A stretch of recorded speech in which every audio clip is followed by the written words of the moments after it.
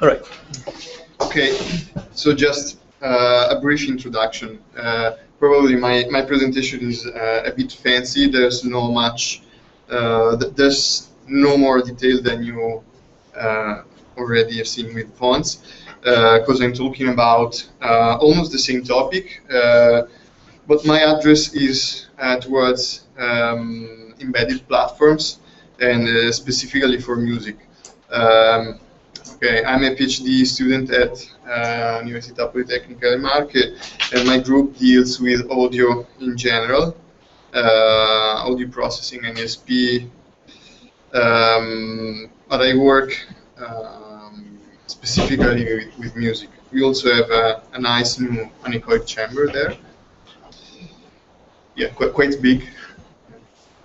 And so basically I work with DSP algorithms for physical sound synthesis, and I also work with some nice tools like embedded platforms for wireless communication between applications in music. And I'm also CTO of a spin-off company at our university, which deals with the wireless sensor networks, but that's another field. So in general, what we do is define very complex algorithms to simulate the physicality of an instrument. And then we have to shrink these into real systems. So in the last 2 years, we started using ARM platforms, and in particular the Beagle board, which is supplied by Texas Instruments. Let's say it's not very recent now, but still it's okay and there's a lot of connection. And what we need especially is an audio input and output without, in this case, having a sound card, which is bulky and expensive. So with this little platform, we can process some audio and also receive and send audio packets through the network, either a wired LAN or a wireless LAN, and also other control data. So just, I wanted to show you a bit of history of the digital music industry, because it's a nice niche of the market, and there's a lot of constraints people have to meet. So just, I'll be quick. The digital musical industry probably started in the late 70s with such instruments which were analog with a digital control. So this is one of the first instruments with a microcontroller inside to just store the patches, which are the sound banks created by the user. Yeah, and this is one of the. This was American. Then this other one is already a digital, say, workstation with 2 Motorola processors, and the synthesis is based on sampled waveforms, and the street price is quite high.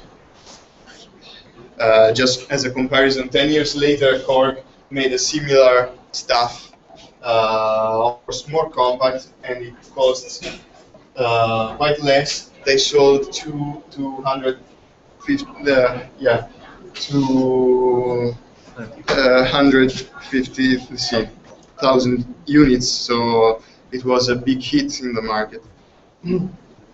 And then the first digital protocol for connecting units, which was not proprietary, was created in '81 and then sold, produced in '83, which was a very, very simple serial connection over a current loop.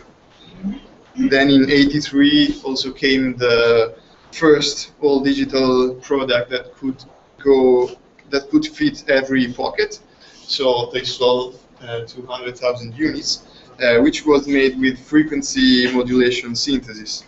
And for the first time, they had disks to store your sound patches. And this was a big hit. The frequency modulation synthesis then went in every video game machine, starting from even in the computers. You had some cards with frequency modulation synthesis. And then there's also another whole bunch of stuff in the computer music software, which goes back into 1957. I won't talk about this. And then in the 90s, virtual analog came into the market. So it's basically emulating the analog waveforms that synthesizers produced in the 70s. And this was done already with DSPs. So you would fit DSPs into such a machine, like 80 megahertz, all stuff, fixed point, and you would control that with the MCU. So this is a recap of the history. We went through many different architectures, and in the 2000s, PCs started to be used even on stages. Of course, they were used already in the 80s and so on, but in the 2000s, I think they hit the market because a PC was in every house, and there was floating point calculation in the processor. And also, it was the peak era for DSPs. They hit over 100 megahertz performance to 1 gigahertz. And then application processor with a DSP and an MCU inside the same core was being produced. ARM was already selling their processors, but at the time they did attempt to signal processing, but they failed, even if they tried 2 or 3 times before 2005, when they introduced Neon, which is the instruction set for floating point computation. So now we have ARM cores everywhere because of the smartphone revolution, let's say.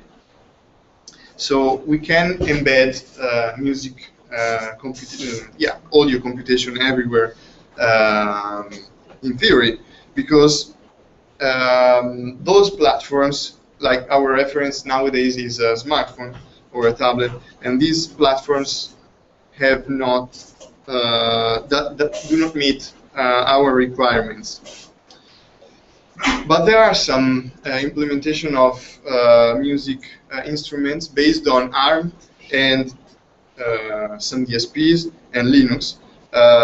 In Italy, we have an example with Discount, which is a company close to Rimini, starting producing organs with physical modeling synthesis in 2004, and then a Physis Piano, which is a digital piano, in 2011.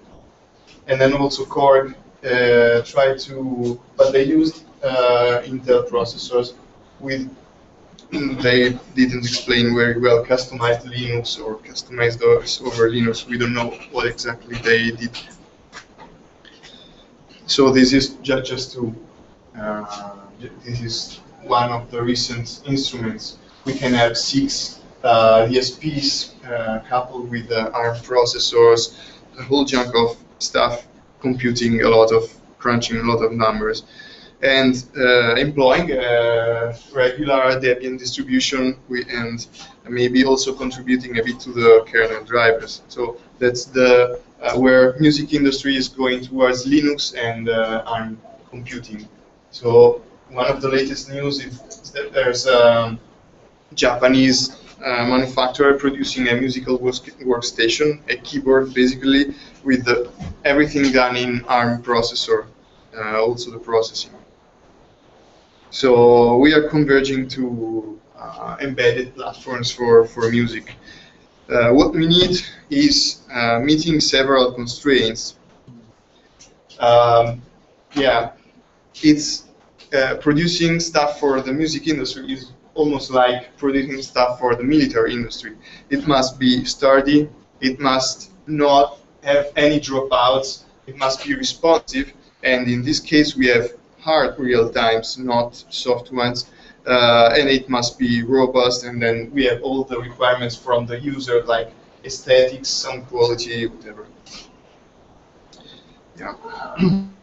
So ARM cores are nice because you can leverage all the SDK, the software libraries, the reference hardware design, and so on. They are quite powerful, but again, we have to meet the constraints we've set. We cannot have one deadline. We cannot even have one deadline miss when you play. You can't. You don't have to. I mean, no dropout is allowed. If you lose one frame, it could be 32, 64 samples. You already hear a crackling noise. So your instrument then sucks, and you can't allow this. So okay, this is just very. We already Fons already told about the software stack. You have Jack, which relies on ALSA, and then you have all the plugins inside Jack. So just to be clear, Jack is the only way to do professional audio nowadays, because other systems, either they stopped the development, either they are not consistent to our needs. For instance, people say, why don't you use Pulse Audio? But Pulse Audio is resamples everything. You can't spend time on resampling when you have to process. You have heavy processing stuff, and you may also lose quality, and you also want to be synchronized. So as we said, Jack works with cycles, which are, so every client is synchronized with each other, which is a nice thing for many reasons. And the only only reason why, the only thing that adds latency to our processing is the hardware, which is sometimes is very limiting. For instance, this in the Beagle board, you have an audio codec which has a hardware buffer. So this is just to be clear, two hardware buffers. One for receive, so the audio comes from the analog in and is converted into digital, and then goes to your processor, and then the audio comes back and goes to the outside and becomes an analog signal. So you have hardware buffers that store your samples, and then you transfer the samples in packets to the, or either sample by sample to the memory. And so sometimes the hardware needs to create large buffers, God knows why, but you have to rely on the hardware. So maybe you have a very you have a great machine. You can process lots of. You can use very short buffers to process without problems, because the scheduler. So aren't the size of those buffers, yeah, is any configurable somehow? No. Yes, they are, but it depends on the ALSA drivers. Yeah. And sometimes you have poor hardware designs, so you can't really change that. So ALSA has to rely on the hardware. So, for instance, in the Beagle board, I found out that the input buffer can be configured as short as I can, but the output cannot. So I can have like 2 64 samples periods, which is depends on the sampling frequency, but it could be 2 milliseconds of latency. And then for the output, I get 10 milliseconds of latency, and I cannot go shorter. So even if I don't do any processing, my latency is fixed by the hardware, and it would be 12 milliseconds, which is sort of okay. Do you feel the output Can you repeat the question? Yes, the comment. Can you pre-fill the output? I had an Can you repeat it? yeah, because so it was saying if we can pre-fill the buffers. I had I exchanged some emails with one of the ALSA developers at Texas Instruments. At the end, I didn't understand exactly because there's something in the hardware he was trying to tweak, but he wasn't very clear. So I haven't gone reading all the driver he wrote. So maybe there's a workaround, but I'm not sure. So my workaround in this case was to ask for 4 channels. So I could, because in one hardware buffer I could put either 2 big channels or 4 smaller channels. So I did like this, and it was. But another easy solution is to increase the sample rate. No, yeah, but So the sample rate also depends on the hardware. So sometimes you cannot. Yes, but right now there are very not expensive codecs that can go up to 1,000. Yeah. No, sure. Even the sample, you can increase the size of the sample. I'm not sure that if you increase the sample, the buffer will be filled more easily, because sometimes even if you use 16-bit, you use 32-bit for storing the sample. So maybe that cannot happen. But of course, increasing the frequency of these. Okay, BeagleBot, or using different, because as I remember, BeagleBot has four BSPS port, and one of them is for audio. So the other 3 are not so good, but one of them, I think that has 3 of them has very, they don't have a very big buffer, and one of them has a very big buffer. I think the 2 has a big buffer, and the other one has 256 bytes of buffer. Yeah, but it's so the voice. It's the voice codec, so it goes up to 60,000 hertz, which is it's not very poor quality. Yeah, there are some workarounds. In this case, you have this codec and you have to use it. So for the moment, we take it, and in future we'll change the whole board. Who cares? But at this moment, this board is quite popular, so we like to have people working with this. When a cheaper board will come around, we'll switch to that.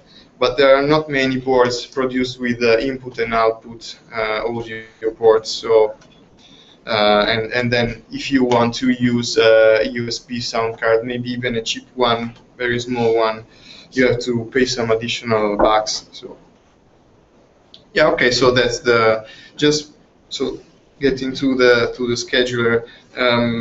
There's one thread in Jack which is scheduled with a FIFO scheduler, which is generally referred to the real-timeness of Jack, and all the rest is normal CFS, and then you have all the clients which similarly has a real-time thread under the sched FIFO, and then everything else is CFS. Of course, the clients have a lower priority, so Jack will interrupt them if it's needed. And as we said, we know. So from Fon's talk about how scheduling goes. So I prepared this before I saw your presentation. So, but it's almost the same. So you have, let's say, this is just to simplify. You have interrupts for reading and writing, but here, for the sake of simplicity, just read and write. You read from the sound card. You have to process the audio in your 3 clients and then put it back. So this is your period, and at the next interrupt you have to write, and of course you read again. And this is the clients are scheduled, so they are ordered as the flow graph. So what we'd like to have is to schedule everything is audio and then leave some time for the rest. So again, I came here with the same question. Can we make use of sched deadline for audio processing, especially with with the addressing music application? So we really need to have some other tasks doing some control or graphic user interface. So it's important to have some bandwidth to reserve to other tasks. Yeah, so that's it. I know there's a previous work. I really, it seems interesting. There surely is some. It was producing a set of tasks, increasing with time the number of tasks, and then they proved that the CPU could be almost filled with audio processing task inside Jack, and from the demonstration it worked pretty well. So we need to see and prove it with our platforms. So and also a nice feature would be probably also to try this with just ALSA only applications, because we can also make use of the underlying ALSA APIs without recording to Jack. In that case, your application takes exclusive control of the sound card, so you can have only one application. But in some cases, like for instance in the Physis piano I told you, is like this. So you have all the processing tasks done inside a big application, and then the output is sent to ALSA directly. Okay, that's it. Okay. So yeah, thank you, Leonardo. There is any question? I think if there are any questions. So these other tasks that need to be run, those are sched other and are graphic stuff and related? Or? Yeah, usually, well, for instance, with the ARM board we run it headless, so there's no GUI. But in general, you might have a lot of GUI stuff. If you think about like commercial application on iPads, you have all this bunch of things you can control in your screen, and you also have to process audio in a reliable way, and then you also exchange messages between all these levels, and you can also send stuff over a network, and also, as in other cases, you have also to serve interrupts. If you have a sound card, that's important to do. Yeah, so one of the things that I think you and Brandon brought up many years ago is slack time scheduling. Sorry? What? Slack time scheduling, where we basically schedule a sched other server on the remaining utilization of the system. So all the time that's left over and not taken up by deadline tasks, explicitly schedule a sched other server with a particular period, and that can guarantee some